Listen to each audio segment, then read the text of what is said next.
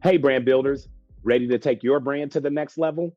I'm Dana Ammons, and welcome to the Brand Blueprint.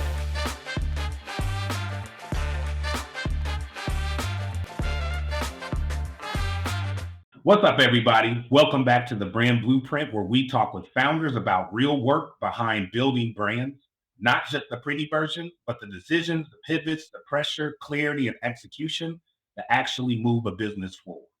Now, today's conversation is going to be a powerful one because we're talking about women's wellness, midlife, functional beverages, traditional plant knowledge, founder transition, and what it looks like to build a brand from a place that is both deeply personal and commercially strategic. Now, my guest today is Dr. Michelle Cromwell, founder of Soeur Du Sol. She is a former higher education executive, a well-being strategist, professional herbalist, and founder who is building a functional beverage brand for women navigating midlife, menopause, mental clarity, energy restoration, and the kind of life transition that too many women are expected to move through silently. What I appreciate about this story is that Soeur Du Sol is not just about creating another wellness product. It is about helping women feel seen in a season of life that is often misunderstood, under-discussed, and under-supported, especially by my guys.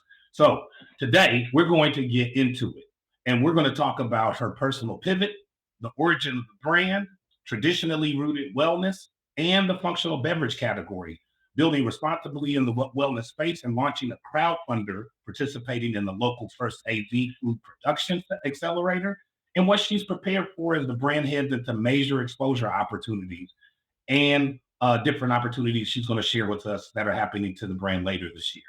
Dr. Michelle, without further ado, welcome to the Brand Blueprint. Oh, thank you, thank you, thank you. I'm so excited. We're excited to have you. Now, before we go deep, we always start with our rapid fire segment so the audience can get to know the person behind the brand.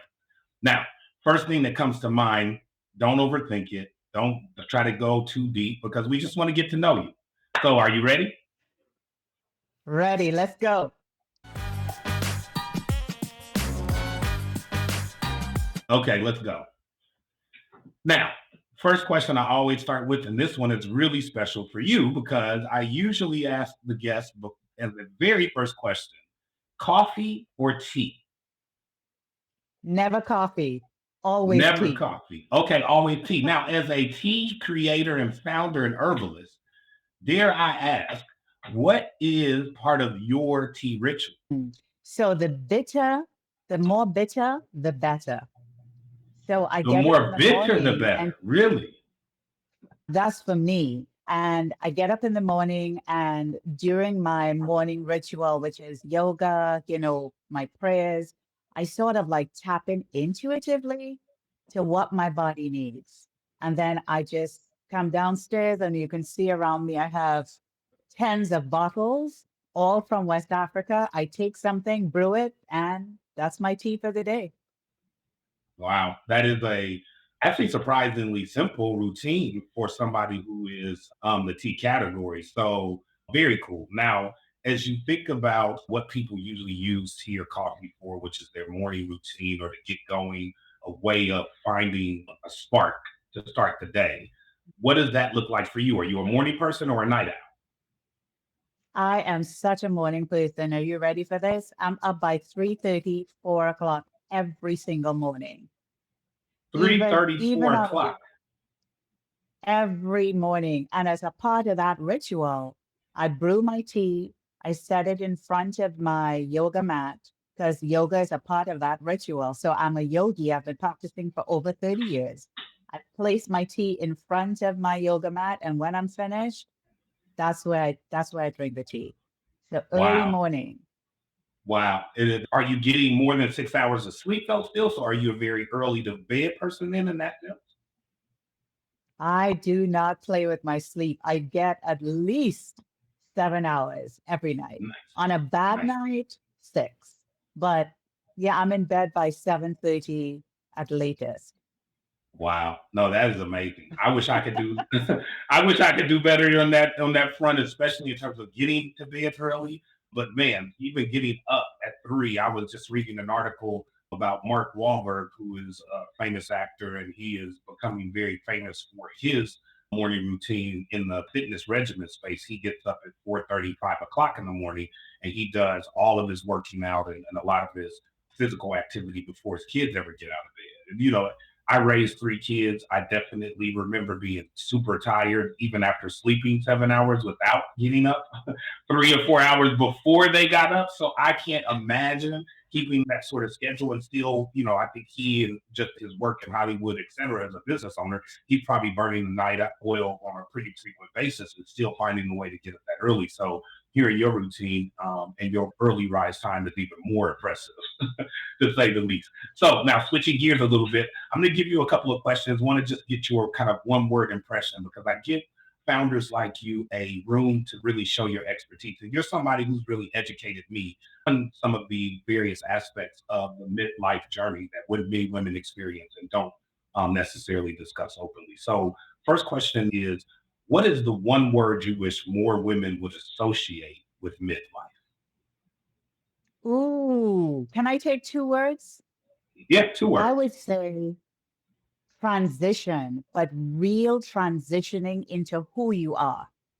And the second one is unadulterated joy. I love that. Transition and unadulterated joy, almost seemingly words that are connected. And when you say unadulterated joy, would you express that as a form of a life stage, or is that something that women can transition into or find even if they aren't necessarily in that midlife space? So I think for women that are in midlife, what we forget is that we've come into our real womanhood. You are a grown woman and you don't care what anybody thinks. You can be your authentic self. You can eat what you want, say what you want, dress as you want. But in terms of your health, it's a time where you really come into mentally, physically, and spiritually Hmm. your full Hmm. self, your full self. Hmm. And if we do that well, that's where the joy comes in. That Hmm. regardless of what is happening around you, you're just joyful. I love that. I love that. Now, sticking Yeah. with that theme earlier in terms of seeing that you really, I think, probably have a definitive point of view on and something to say, what is the one word that you wish people would quit associating with menopause? Mm, the end. I love that. That you're over, put out to pasture. That I think is the time when women are really becoming the best that they could be. I agree. I agree. And I love that because as a son of two women who really didn't talk about it and share it within the family context, you never hear moms really talk about what they're going through. I remember that time frame. We were kind of transitioning at the same time, right? Like she was in her 50s. I was actually entering into my 30s, right? We were finally at an age where I had kids. I could kind of relate and talk to her about things that I didn't, really think about prior to entering parenthood. Now, following that up, what is the one book, teacher, elder, or tradition that may have affected the way you think about midlife journey and menopause in a way that might be helpful for our listeners? Oh, I call her my sage. I have a girl crush on this woman, Keisha Ewers. So Keisha she is an Ewers. integrate Keisha Ewers, Ewers, Dr. Keisha Ewers, and she is an integrative well-being practitioner. That woman is phenomenal. And she talks about women coming into this crone Mhm, stage.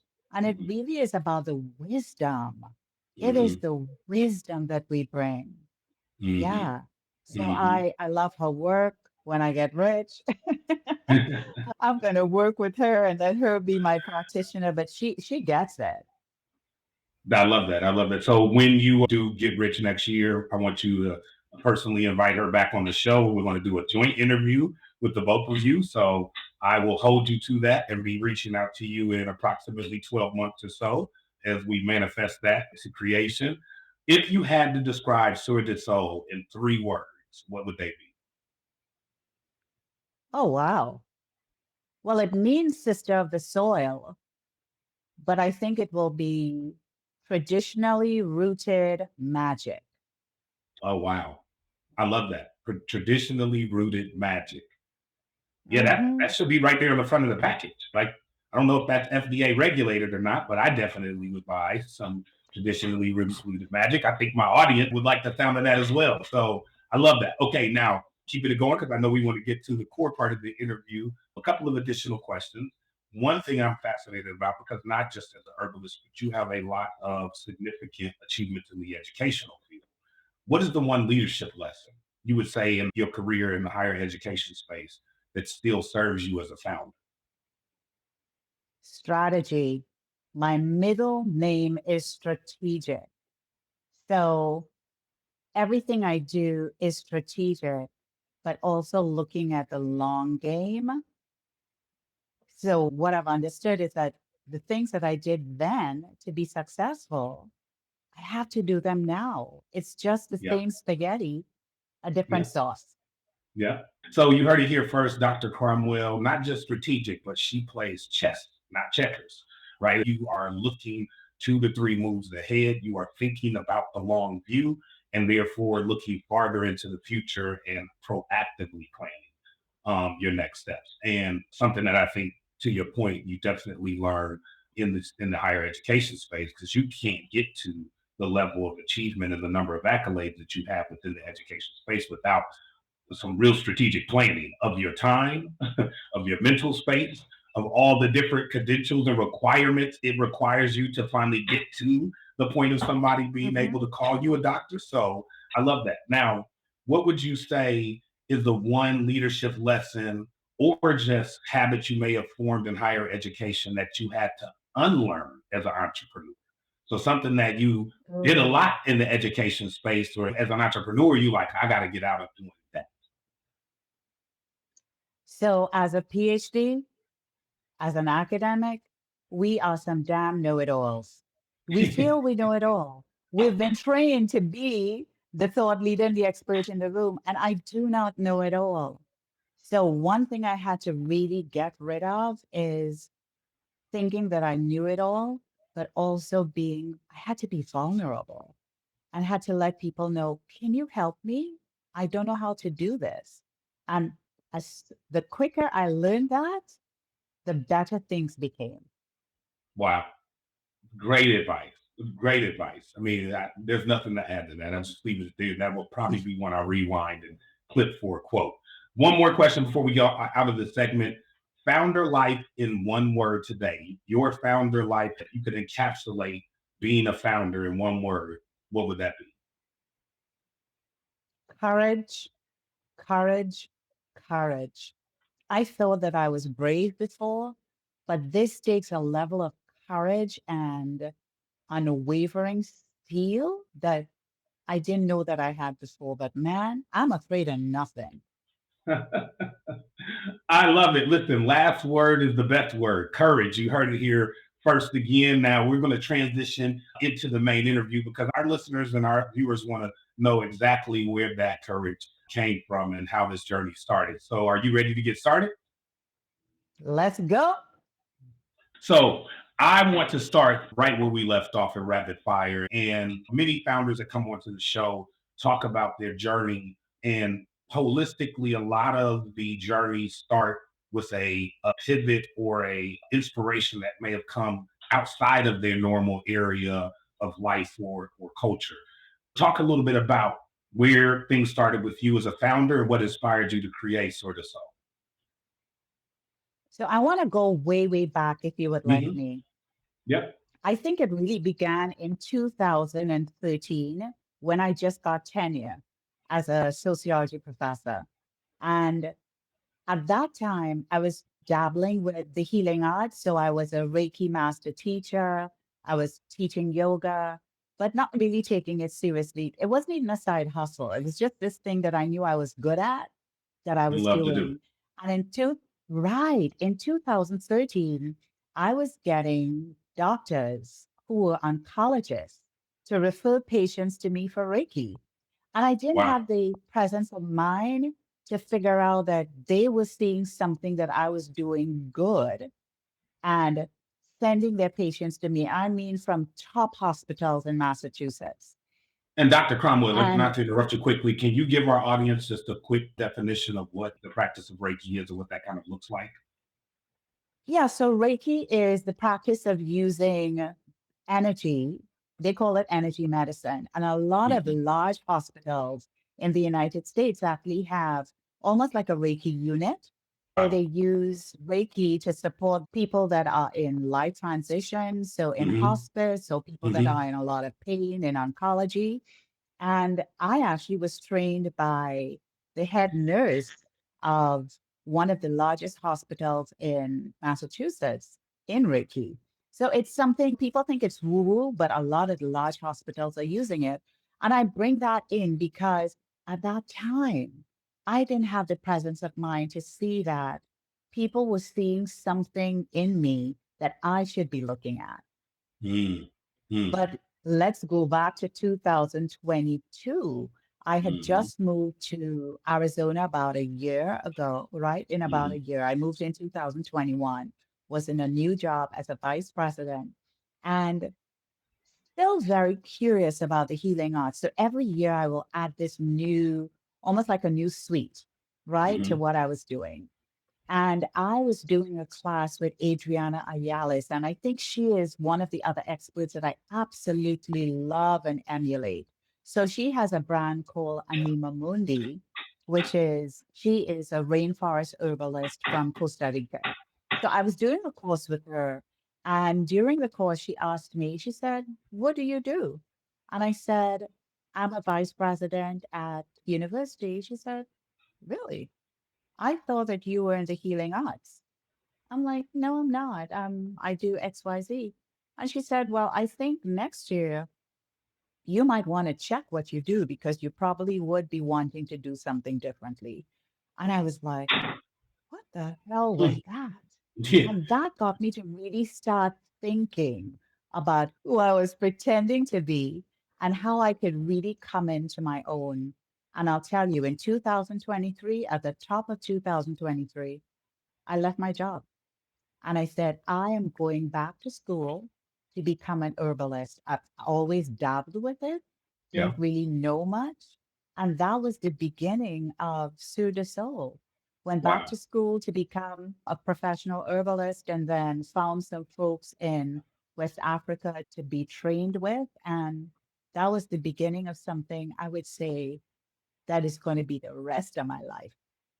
So, I mean, look, very deep and personal reasons for you to start the journey, right? You started this journey just to find answers, right, to these questions that were sparked by this person who just impromptu dropped some knowledge on you and gave you some advice that sounds like when you get the advice of a griot or a wise one of the village, they don't necessarily stick around and explain all the instructions or give you the instruction manual on how to necessarily unlock the advice, right? So you go on the search that starts off as a personal journey, but clearly at some point transitions to a belief that this can actually be a business.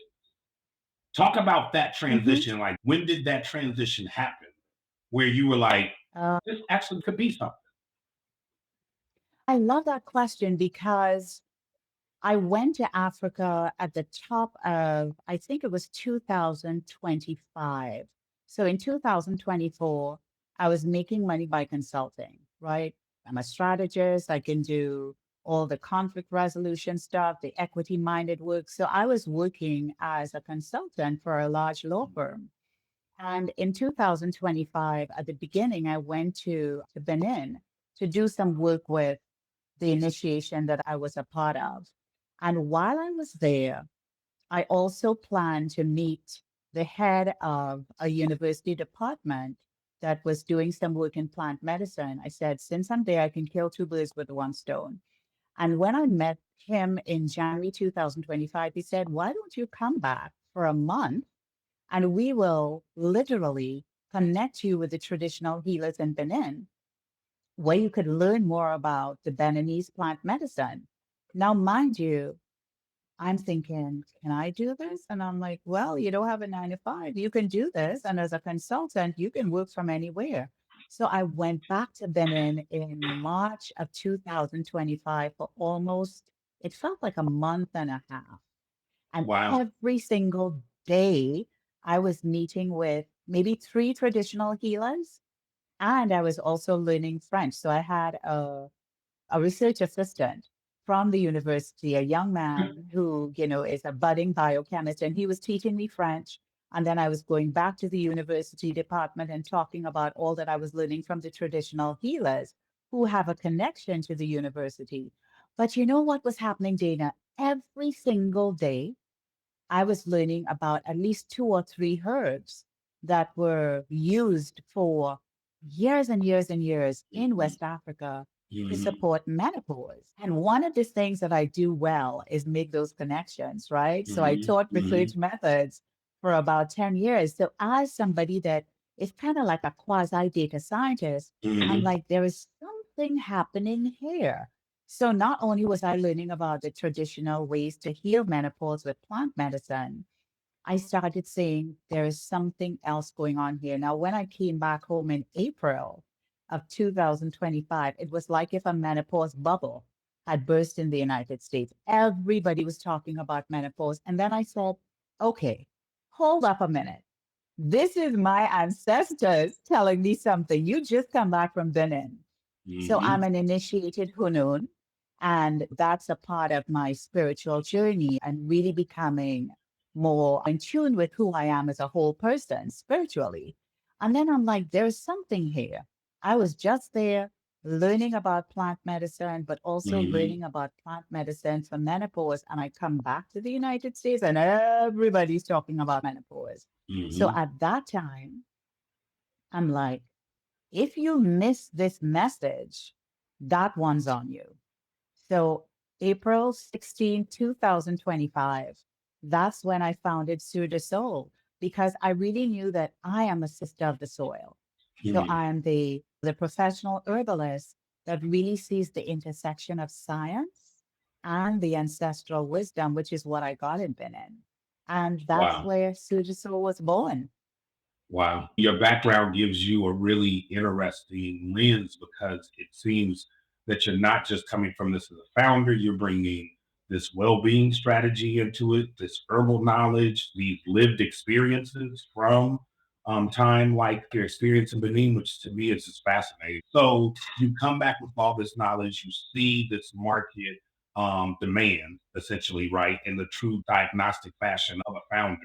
You are realizing there are some tensions within the midlife journey of many women in this country that are not being addressed by the marketplace. So, if you came into the market with that knowledge, how were you then led to your first product under the brand name Soeur Du Sol? So I got to tell a little backstory. So I come from a country where we're storytellers. So bear with me a moment. So I come back from Africa. Let's say I come back from Africa Tuesday. Wednesday, I'm jet lagged and I'm sitting in a seed spot accelerator. And we're now talking about the products or the businesses that we have. Seed Spot knew that I was doing something else in 2024. So they're thinking I'm coming to talk about that. Yeah. And then I said, no, no, no, no, no. This is what we're talking about. And the facilitators look at me like, what are you talking about? I'm like, this is what we're doing. So what I understood, again, I talked about teaching research methods. So I want to look at the data.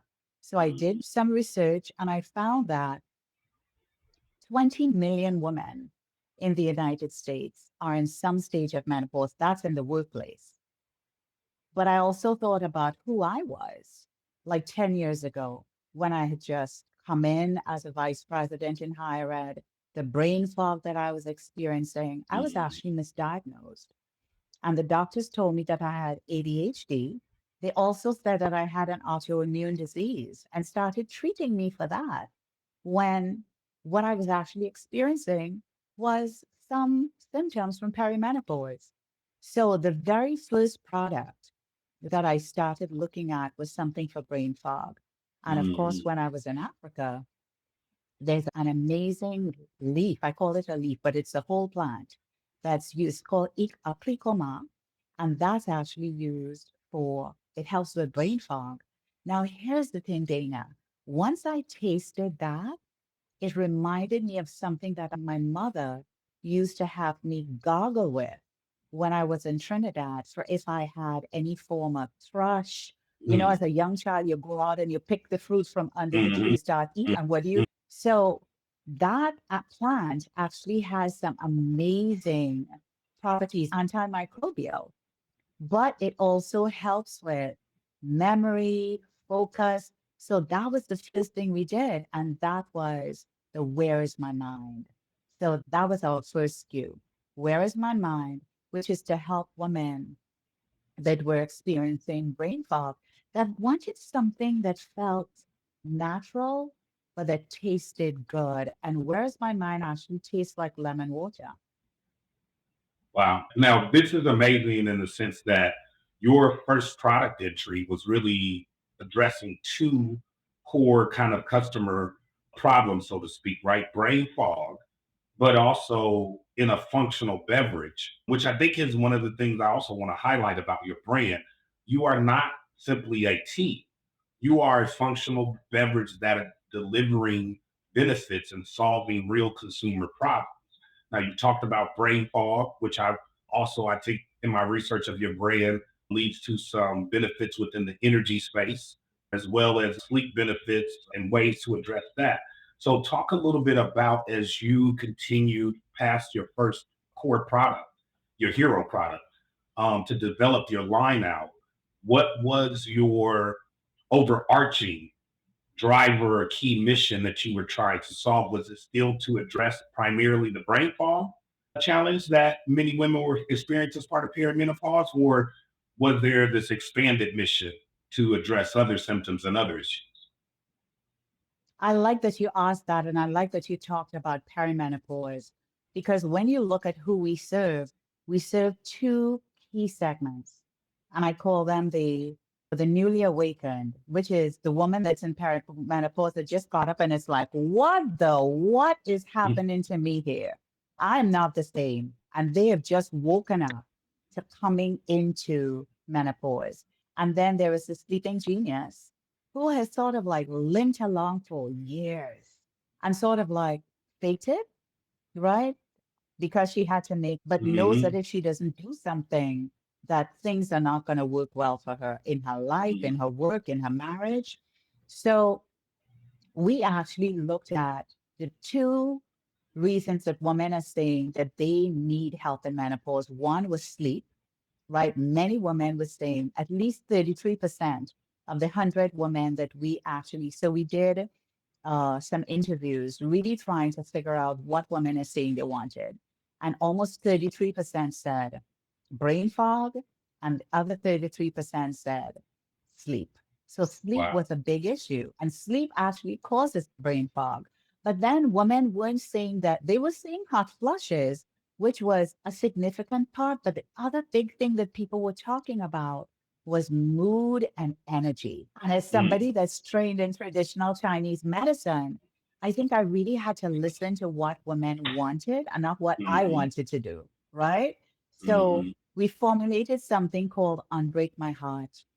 And Unbreak My Heart is a mixture of the traditional Chinese medicine and the West African herbs that really uplifts. That's the only way I can describe it. And it makes women feel as though they got their mojo back. Wow. Wow. And so as you started to clearly roll out either trial product, test product samples, what kind of early product validation techniques did you use? And then what did the results of those early validation techniques and trial runs and test product, what do those women tell you that continue to pour back into your product? It's so interesting that you asked this because our hero product is no longer the hero. Wow. So as much as women liked the Where is My Mind and the taste of the Where is My Mind, what they really love is Unbreak My Heart. And because Unbreak My Heart has a really nice broad spectrum, Mm-hmm. one of our clients told me recently, she said, this is taking care of my hot flushes. Now I know that it would, But to hear somebody say that, because that was not the primary thing that we were selling Unbreak My Heart for. So we did Sip and Seeds, which were these like meetups where people can Mhm. they can try the teas, they can tell us about them. And I also had some meetups where people were able to try the Unbreak My Heart. And the Unbreak My Heart has stepped out to be the number one seller. Because the Wow. one thing that women say when they taste Break My Heart, first of all, is wow. Wow. And then they do like this. It almost is this warm feeling they get. And what is interesting about that product is in traditional Chinese medicine, the spirit or the shen is housed in the heart. Mm, And when you get to midlife, the amount of stuff that happens in your life, at work, in your marriage, with your children, your heart is broken in a number of different ways. So when the mm, heart is broken, your spirit falls out and it goes into the lung. And what Unbreak mm. My Heart does, it lifts your spirit back, closes the heart, and keeps your spirit there. So it gives this kind of uplifting feeling that women really need. And I'm realizing that is the product that does more of the this and that and that and that. So the Unbreak My Heart is the new hero. Wow, I love that. Let's continue to talk about this transition of the brand and look at what your brand is from a business standpoint. You're building a real company here. So I want to talk a little bit about your model, direct to consumer, events, partnerships, wholesale, corporate. Talk a little bit about your overall business structure and model and how you are primarily going to market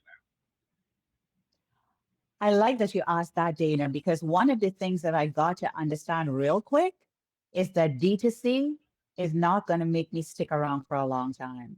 That is like now. Mm, pushing a big boulder up a hill. So we do have a mm, store on Shopify, and that's where we do our D2C. But we're now mm, transitioning into an intentional B2B because that's where the traction is. So strategically, we're transitioning to B2B. So we have a partnership with two doctors right now, and one is an MD to actually sell our products to their patients. mm, So that's one mm, model that we're using. The other model that we're using is quick discovery. So we are planning to go to where the people that discover the next big beverage maker is. So we're going to NOSH, we're going to BevNET, and we will be at mm. the Hospitality Business Show. So we're going to three Yep. large summits or three large expos Mm, where people that mm, want our products are. Because one of the things that I've noticed is that women that are tea drinkers, when you go to a hotel or to like a nice spa, you get Lipton and some teas that, no disrespect, that you don't really yeah. want.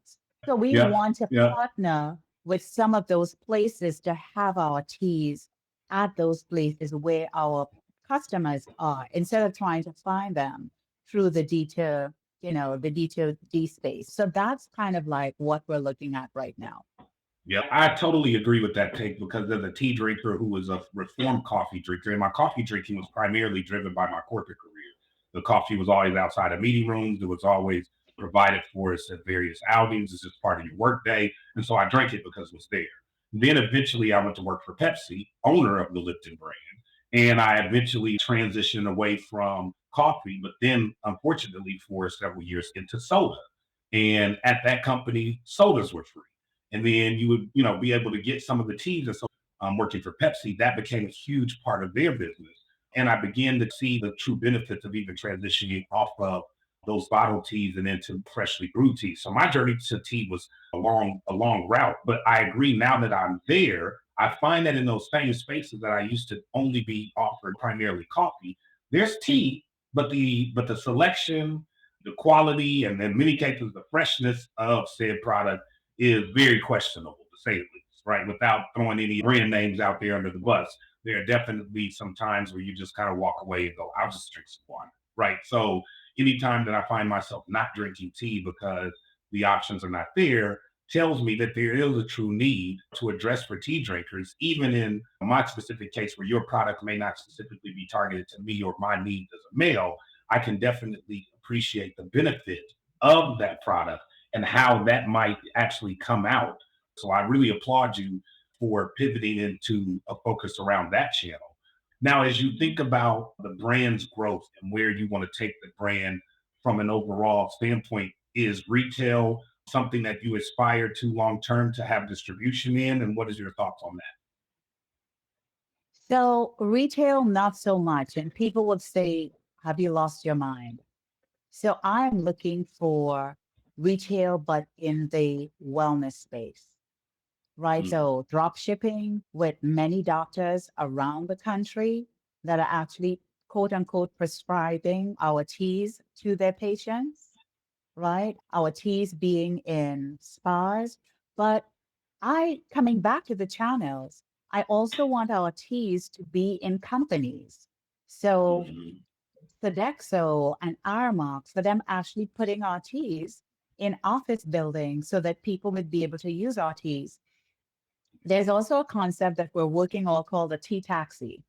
So if you're having a big board meeting, or if you're having your meeting on a Friday with your executives, instead of going and buying some coffee in the big carafe from one of those big coffee makers who will remain nameless, you order a big carafe from Soeur Du Sol, and that is going to make your meeting what your meeting is supposed to be, because people they'd be empathetic, they will be focused, they'll have mental clarity, and your meeting will be exactly what it needs to be. So tea taxi. So we will be Man, launching next year the idea of a tea taxi to deliver teas to people's office building, a carafe of tea with some cups that you can have tea during your meetings.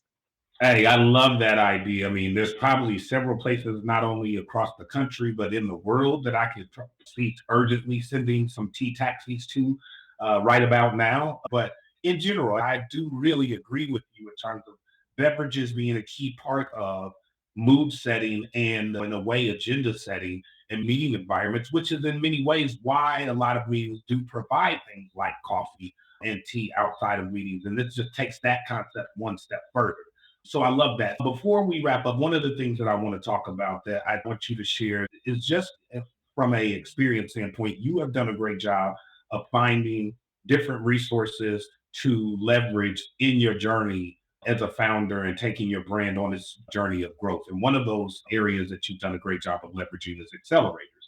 And you talked in your media materials and your website, your participation in the Local First AZ food production accelerator. And I know I met you through the Seed Spot accelerator program. Talk a little bit about accelerators, maybe both of those that I've mentioned, but even other programs that you may have participated in, and why you found them to be such an important part of your journey as a founder.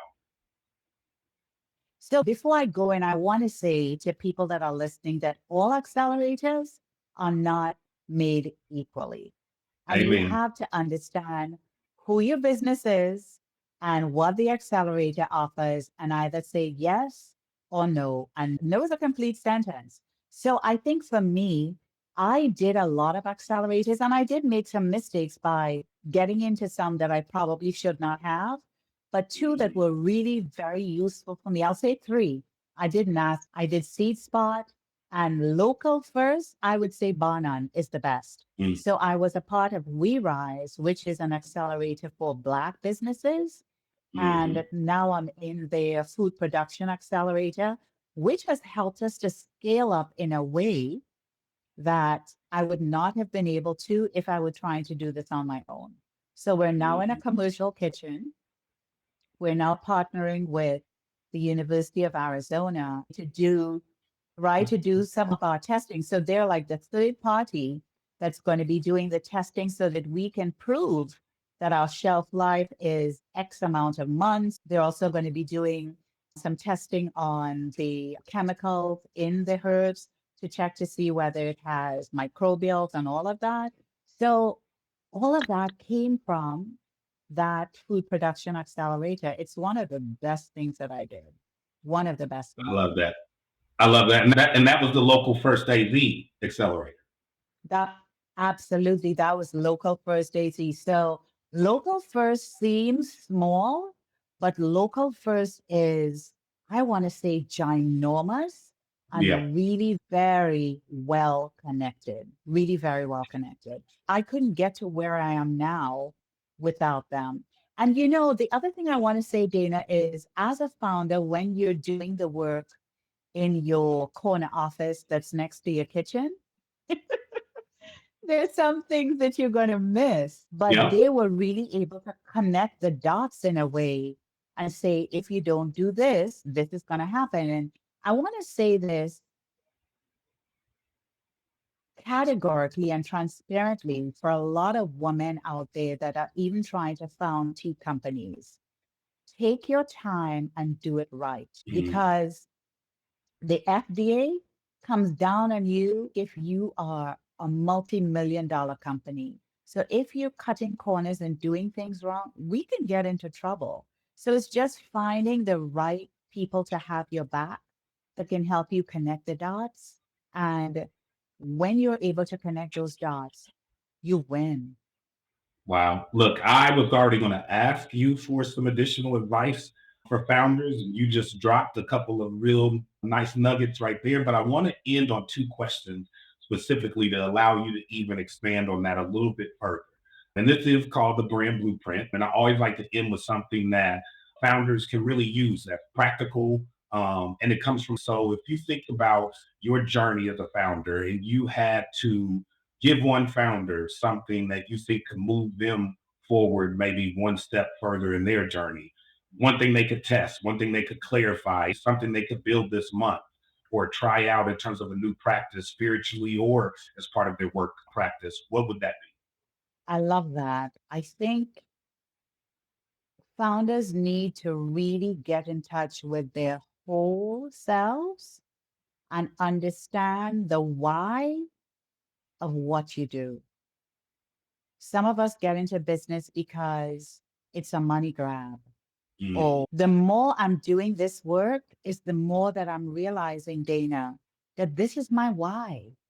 And this is Mhm. why, as difficult as this gets, and we don't always know the backstory because the backstory sometimes ain't cute.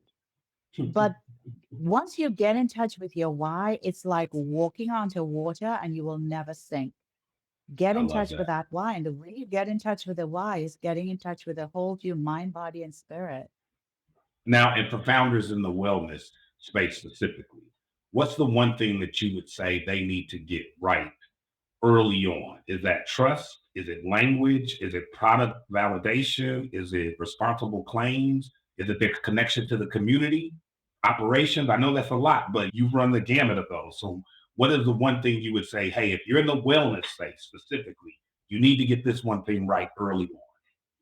I would say for me, and I have a bias here, that wellness isn't just about, I'm going to say this, wellness isn't just about the colonized ideas that come from science, pure science. That wellness also has this rich history with millennia of information from ancient systems. So if you're Mhm. really doing wellness, it has to be a both and, because if you're not doing that, and I hate to sound preachy, and I don't mean to sound preachy, so forgive me if I sound preachy. If you're not doing that, then you're leaving out a whole body of information that can really make what you do rich and that can tap in and help people in a way that maybe you haven't discovered. So let it be a both and between the science and the ancient wisdom. I love that. Thank you, Dr. Cromwell, for such a rich conversation. And I want to really talk about and share a couple of the key things that are happening with the brand. And so, for those watching and those listening, you can check the show notes or check the bio or go to our website at www.thebrandblueprint.biz, not .com, because we're about business. Go check us out there and you will see Dr. Cromwell's information. You will see links to all of her various brand websites and you'll be able to really follow her journey much more closely there. So we really appreciate you coming on, and not just because of the product story, but the personal transition, the women's wellness mission. That I think is more inspiring than all of it put together. and the reality that you're building a real business in the functional beverage category. This is not just a tea. This is a tea that is addressing real problems and real challenges that women are experiencing in that midlife journey through perimenopause and menopause. So appreciate you coming on the show today to share that information about the brand. Oh, Dana, it was such a pleasure to be here with you. I cannot wait to come back to give you an update. We can't wait to have you back. And as I mentioned earlier, you're obviously on your way to bigger and better things. And so I want to continue to bring you back and share your journey, especially with women who are potentially sitting at their desk right now, or to your point, in their office next to the kitchen, and they're on a virtual call, halfway listening, but kind of halfway listening to this podcast. And they find that your message is inspirational, right? But they're not ready to make that final jump. What would you say to somebody, some woman sitting there listening to you right now and saying, man, Dr. Michelle did it, but how do I don't know. I can't leave, especially right now in this economy, in this situation, I can't leave this job and start doing this thing that I think I'm really been called for. What would you say to her? So this is not a quit your job, this is not quit your job day. And for everybody, the journey is going to be different because we on a different pit stops. But once you really get in touch with your why and you know why you're doing what you're doing, then you can start in small steps. Start in small steps because the last thing that we want to do is know that we were supposed to do something and that we didn't.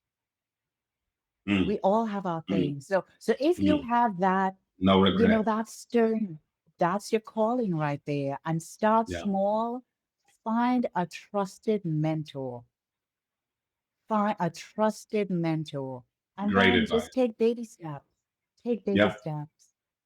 I love that. Hey, you heard it here first, Dr. Michelle, with some fantastic advice for aspiring founders at any stage of life, but especially those that may be in a space where society or those around you may be writing you off or telling you that you passed the prime. There's not such a thing as passing the prime. Both Dr. Michelle and I are very much in our primes, thriving out here, making things happen in our 50s and beyond. So I definitely want to thank you again for coming on the show and being so transparent and so genuine as you always are. I wish I could record all of our conversations and meetings and somehow put it up for public consumption, but you got to keep some stuff for yourself. And so I selfishly will be doing that. But this is one that I'm looking forward to sharing with the rest of the world and with my Brand Blueprint family. So again, thanks for viewing and watching this episode of the Brand Blueprint. And as always, you know where to find us on all of the popular platforms where you may already be listening to podcasts, including Apple Music, YouTube, and Spotify. We invite you to download this, to share it with some friends, family, or female founder that you know, and I definitely know will be inspired by Dr. Michelle's words. Thanks again for joining us on the Brand Blueprint, and we'll see you the next time. Thanks for joining us on the Brand Blueprint journey. Make sure to follow us on all of our social media platforms to stay updated. Watch the full episodes on our YouTube channel for an in-depth experience. Don't forget to subscribe to our website at thebrandblueprint.biz for exclusive content and materials. We're everywhere you need us to be.